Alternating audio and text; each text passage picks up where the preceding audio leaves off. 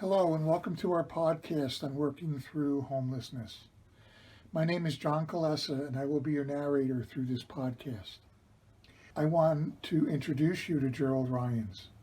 I've known Gerry for over 20 years and have come to the conclusion that he is his own best advocate.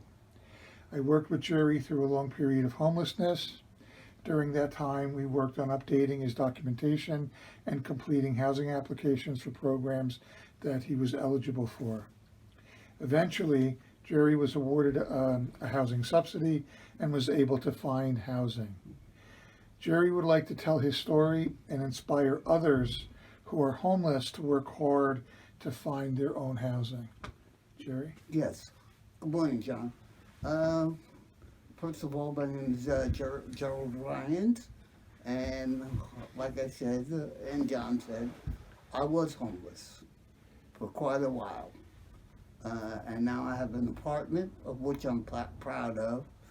And like I said, I did it through hard work and a lot of legwork.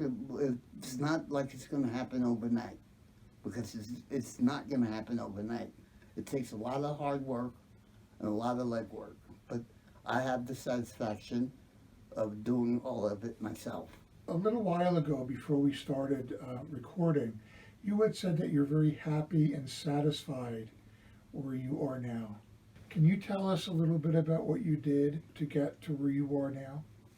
Well, of course, there's phone calls to different areas, such as housing management and stuff like that, getting the applications. But to me, it was nothing like the self-satisfaction of getting the job done myself, instead of waiting for, and I hope this is not taken wrong, waiting for social agencies to get it done for me. What other advice do you have or suggestions for other people who are now where you were, not having a place to sleep? Well, best advice I can tell you is you can do anything you have a mind to. I'm going to 67 years old, and like I said, I did with the help of John, but I did most of the work. I talked to a lot of people. John just helped me with the paperwork that I needed to get done. But like I said, it's nothing like having a place to stay, watching TV whenever I want to, sleeping whenever I want to. And this, to a lot of people, may be a drudgery, but nothing like paying bills. Do you mind sharing with our viewers what it was like not having a place to be? Well, sleeping on the benches. Luckily, I was fortunate. I had people that would actually buy me breakfast and lunch and stuff like that. So I was kind of lucky in that respect, which a lot of people do not have that type of luck. But that kind of friends that were there for me inspired me to, keep going and keep pushing. What would you do on a day like today? I mean, it's 8 degrees outside. What would be, if you were homeless again right now, what would be the first place you would go? My first priority would be to, one, get warm and get a cup of coffee, get something warm inside of me. Okay. And like I said, I've said before, I've had friends that actually bought me meals and stuff like that. So I feel as though, in a way, I was lucky. I had the support of not just friends, but actually most of the community in Freehold. Okay, that's interesting. All right.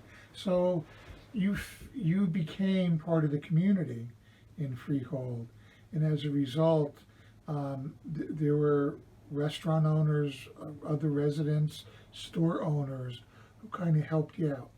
Yes. Okay. Actually, I don't know whether if this is going to also sound funny, but the police department was a big help. How did they help, Gerry? Well, on a cold night like last night, they allowed me to sleep at the police station. Could you describe a day in the life? I mean, we were talking about it being 8 degrees outside now. What would a day be like for you? Because I remember you being homeless on days just like today, where it was really cold. What would be a day in your life, if you were homeless now? Well, getting up, as I said, going outside, finding a warm place like, for instance, we have a place called Sweet Lou's here in Freehold, where I know everybody there, and somebody would eventually buy me breakfast. From there, I would go to like the bus terminal, and any place really to keep warm. And then, like I said, I would go to places like the Community Wellness Center to actually get warm and to stay, at least get something warm inside my stomach. But actually, it was mostly friends and everything else that helped out in the community, actually. Okay, so it really wasn't fun being homeless, right? Not at all. Right. Okay, and you worked real hard to find your own housing. Correct. You talked about support before, the support of friends. You talked about my support, other people's support, the support of the police department. What kind of advice would you give somebody? How do they find that kind of support? Maybe find that one person who could help them with their documents, help them to do the things that they need to do, the applications, and provide the encouragement, stuff like that. Well, of course, there's the Board of Social Service. There's the Association of Mental Health, CSP as well. Like I said, I just happened to get lucky, and I wanted to work hard at getting a place to live. And you were successful, Gerry. Been at the same place for 2 years, 2 months, and I never fell back on my rent. My bills actually paid up in advance. Well, congratulations. I remember well, and I know how hard you worked to get to where you are now, and that's quite an accomplishment. The work is still not done. Hard work is, like I said, still not done. The hard work is staying there. Ah, See, that's where the hard work is. I've learned an important lesson, and it's important that everybody learn that, a lesson from being homeless. Okay? You have to learn, one, you can pick yourself up, but you have to find a certain person, somebody that will help you. do you mind if I share one of the things that you shared with me that you learned through this whole process? Yeah, go ahead. I remember when you moved in, you said you were excited about moving in, and Mr. Mark helped us, get a truck and move some of your stuff in. And you said, John, I'm going to keep my head down. I'm going to stay out of trouble. I'm not going to get involved in any drama. Correct. All right. And now you have a landlord that's recommending you, right? Yes. Yes. So it worked in your favor. Keep your head down. Mind your own Keep business. a low profile. You have an apartment. The best thing you do is stay in it.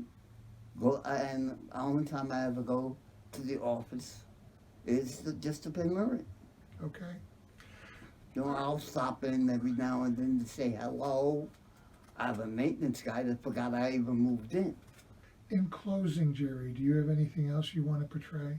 I know it's hard for a homeless person to trust anybody, okay? But you have to trust someone, okay? And that's the key factor in how I got to where I'm at. As I said before, I'll be 67 in March, and it's important that you reach out to your contacts, and it's important that you reach out to your support. Everybody has a support network, whether they realize it or not. And when you're homeless, there's that's the best time to reach out for your support. Okay, thank you, Gerry.